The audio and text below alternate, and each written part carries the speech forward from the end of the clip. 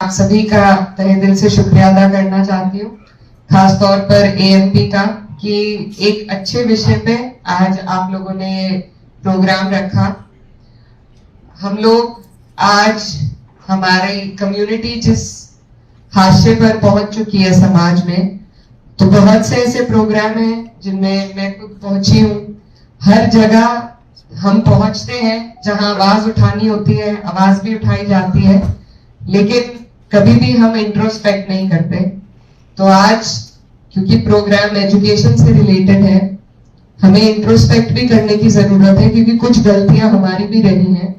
हम लोगों ने अपनी कम्युनिटी को एक साथ उस तरीके से नहीं जोड़ा, नहीं बनाया, नहीं आगे बढ़ाया जैसे हमें एक वक्त पे करना चाहिए था।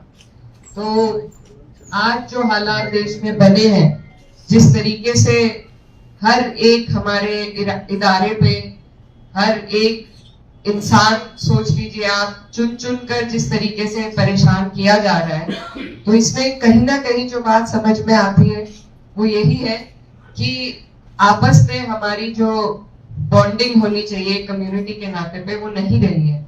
और मेरी वालदा हमेशा कहती है कि जो मुसीबत का वक्त होता है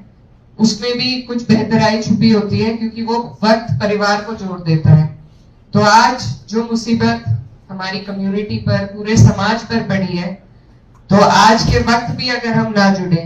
और आज के वक्त भी हमने अपनी सोच को नहीं बढ़ाया कि सिर्फ मैं और मेरा परिवार नहीं, बल्कि हर एक गांव में जो आदमी गुजर बसर कर रहा है उस तक हम अच्छी तालीम कैसे पहुंचा सके, उसको कैसे हम डेवलप कर सके। क्योंकि हम अगर सिर्फ शिकायतें करेंगे, सिर्फ एक दूसरे का दुख और दर्द सुनने के लिए इकट्ठा होंगे, तो बेहतराई हम कभी कर नहीं पाएंगे। मैं माफी चाहती हूँ कि मैं इस तरीके से आपको कह रही हूँ, लेकिन क्योंकि ऐसे कई प्रोग्राम्स हम अटेंड कर चुके हैं, कभी फॉलो अप नहीं होता है, ये हमारी खामियां हैं। हमें उन पर भी सोचना पड़ेगा कि हम लोग बैठकर बात करते हैं, अच्छे से अच्छे भाषण दिए जाते हैं, इमोशंस को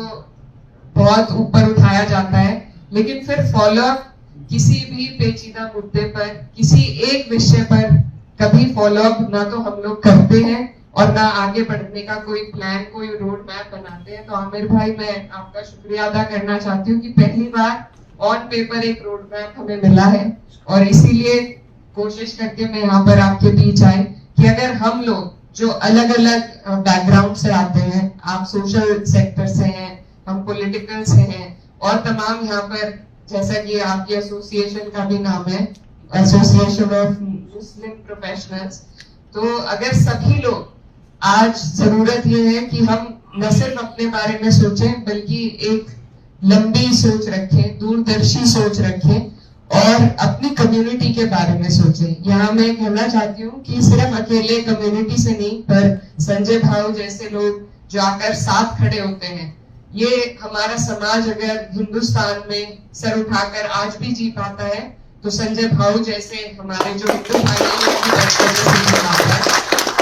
वक्त की जब बात आई थी, हम लोगों ने उसके खिलाफ पार्लियामेंट में भी बोला, वोट भी पड़े। सिर्फ 24 सांसद हैं मुसलमान, लेकिन 232 वोट पड़ना, ये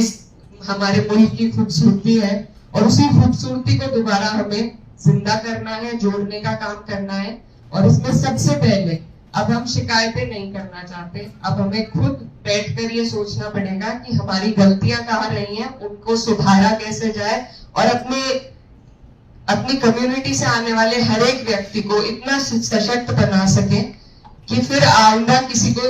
एक दूसरे की तरफ देखने की जरूरत ना पड़े। जो हालात हम रोज सोशल मीडिया पे देख रहे हैं, उनसे हम उभर सके।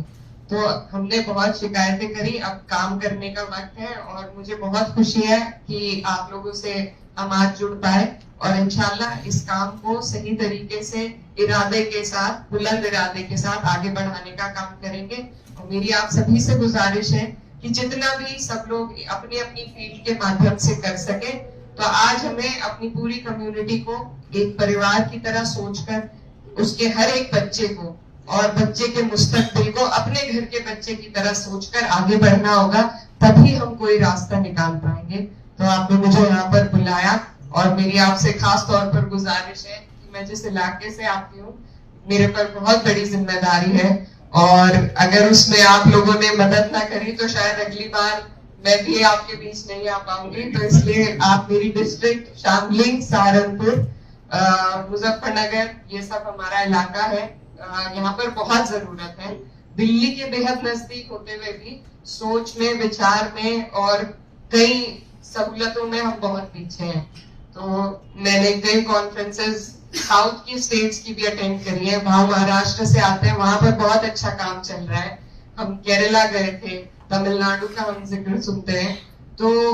उस तरीके का कॉन्सेप्ट हमें उत्तर प्रदेश, बिहार, झारखंड इधर की जगह पर बहुत कमी है, और सबसे ज्यादा जरूरत है कि इन जगहों में हम काम करें। हमारे प्रदेश में जो सरकार चल रही है, आप लोग समझते हैं किस तरीके से वो काम करती है। तो हम लोग तो बिल्कुल तलवार की नोक पर हैं, तो इसीलिए आप सबकी ज्यादा जरूरत हमें है।